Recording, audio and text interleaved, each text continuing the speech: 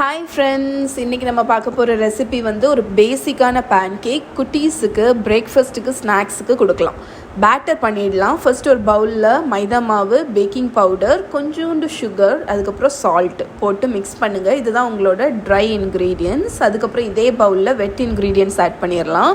ஒரு கப் பால், ஒரு முட்டை உடச்சி ஊற்றிடுங்க.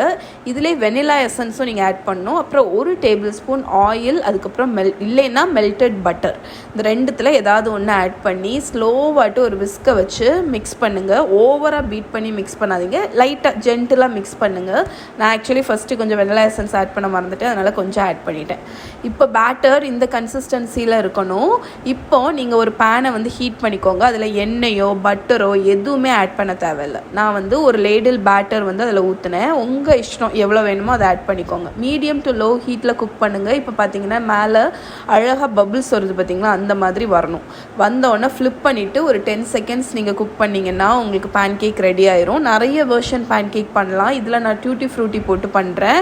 எப்போவுமே மேலே அந்த பபிள்ஸ் வந்தோன்னே தான் நீங்கள் ஃப்ளிப் பண்ணணும். ஓகே, இப்போ ஈவன் ஆட்டு அடியில் ஒரு ஈவன் கலர் வந்திருக்கு பார்த்தீங்களா, அதுதான் வந்து ஒரு நல்ல பேன்கேக்குக்கு அடையாளம்.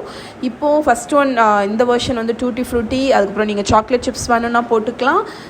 அதே மாதிரி மேலே பபிள்ஸ் வந்தோடனே ஒரு ஸ்பேச்சுலா வச்சு ஃப்ளிப் பண்ணுங்கள். நம்ம பேன்கேக் அழகான கலரில் உங்களுக்கு சூப்பராக கிடைக்கும். சாக்லேட் பேன்கேக்ஸ் எனக்கு ரொம்ப பிடிக்கும். நீங்கள் வந்து ஒயிட் சாக்லேட் சிப்ஸ் கூட ஆட் பண்ணலாம். இதில் வந்து நான் ஸ்லைஸ் பண்ண பாதாம் ஆட் பண்ணியிருக்கேன். நீங்கள் வந்து எந்த நட்ஸ் வேணாலும் ஆட் பண்ணிக்கலாம். ஓகே, ஸோ நீங்கள் வந்து குட்டீஸ்க்கு கொடுக்குறீங்க அப்படின்னா குட்டி குட்டி பேன்கேக்ஸாக, இதை வந்து சில்வர் டாலர் பேன்கேக் அப்படின்னு சொல்லுவாங்க. குட்டி குட்டி பேன்கேக்ஸாட்டு நீங்கள் வந்து ஊற்றி கூட அதே மாதிரி கொடுக்கலாம். அவங்களுக்கு வந்து பிரேக்ஃபாஸ்ட்டுக்கு வந்து ஒரு ஃபன் ரெசிபியாட்டு இருக்கும், ஒரு ஃபன் டிஷ் மாதிரி இருக்கும். ஸோ இப்படி தான் வந்து பேன்கேக்ஸ் வந்து பண்ணணும். பேன்கேக்ஸை தேன், ஹனி இல்லைன்னா மேப்பிள் சிரப் கூட நீங்கள் சர்வ் பண்ணலாம். இல்லைன்னா கொஞ்சம் ஜாம் கூட நீங்கள் தடவி, ஜாம், நியூட்டல்லா எது கூட வேணாலும் சர்வ் பண்ணலாம்.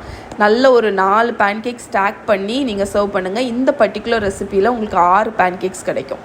ஓகே, ஸோ இதை ட்ரை பண்ணுங்கள். ட்ரை பண்ணிவிட்டு எப்படி இருக்குன்னு சொல்லுங்கள். இதோடு இன்றைக்கி வீடியோ முடிச்சுக்கிறேன். பாய்.